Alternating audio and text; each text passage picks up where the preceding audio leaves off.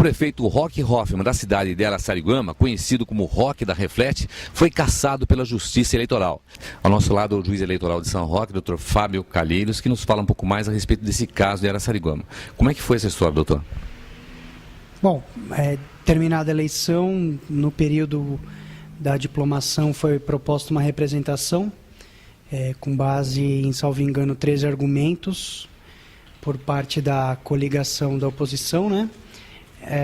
O processo tramitou aí durante uns bons 6 meses, tivemos alguns percalços, aí no final, proferi sentença ontem, acolhendo um desses argumentos, que no meu entendimento configurou um abuso de poder político por parte dos representados, né? Não que diretamente eles tenham feito isso, mas a lei também não exige isso como um requisito, exige apenas que exista interferência desse tipo de abuso.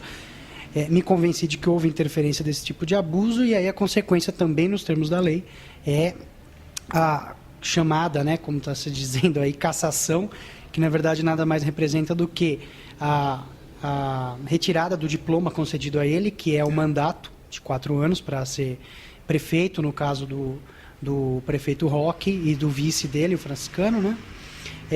E outras penalidades, como por exemplo a inelegibilidade, né?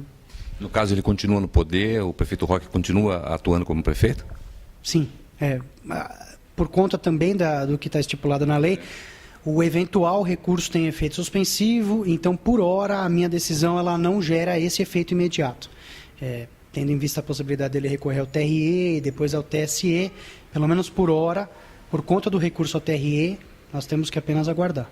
Caso ele seja condenado no TRE, ele tem ainda o TSE, no caso, né? Isso, exatamente. O que o senhor espera desse caso? Como o senhor avalia essa situação? Não, na verdade, eu não espero nada, né? Eu não tenho o menor interesse. Assim, minha função era fazer o feito tramitar de forma célere, na medida do possível. Eu tenho certeza que não foi tão célere quanto esperado, mas na medida do possível concluí minha função, pus no papel a minha convicção, né? A conclusão a que eu cheguei no final do trâmite do processo, e daqui em diante já não cabe a mim fazer nenhuma avaliação. Aos advogados que têm que ficam os trabalhos, né? No caso da contratação, ele excedeu o número de funcionários, foi isso? Conforme constou da sentença, não é uma sentença tão longa, mas tem algumas páginas explicando tudo isso aí. São provas documentais e provas orais que me convenceram. Basicamente foram 2 pontos desse abuso que eu mencionei anteriormente. Primeiro foi quanto ao número de contratações, segundo foi quanto às contratações específicas que não respeitaram certos requisitos. Na verdade, então, são de um dos argumentos com 2 pontos de vista.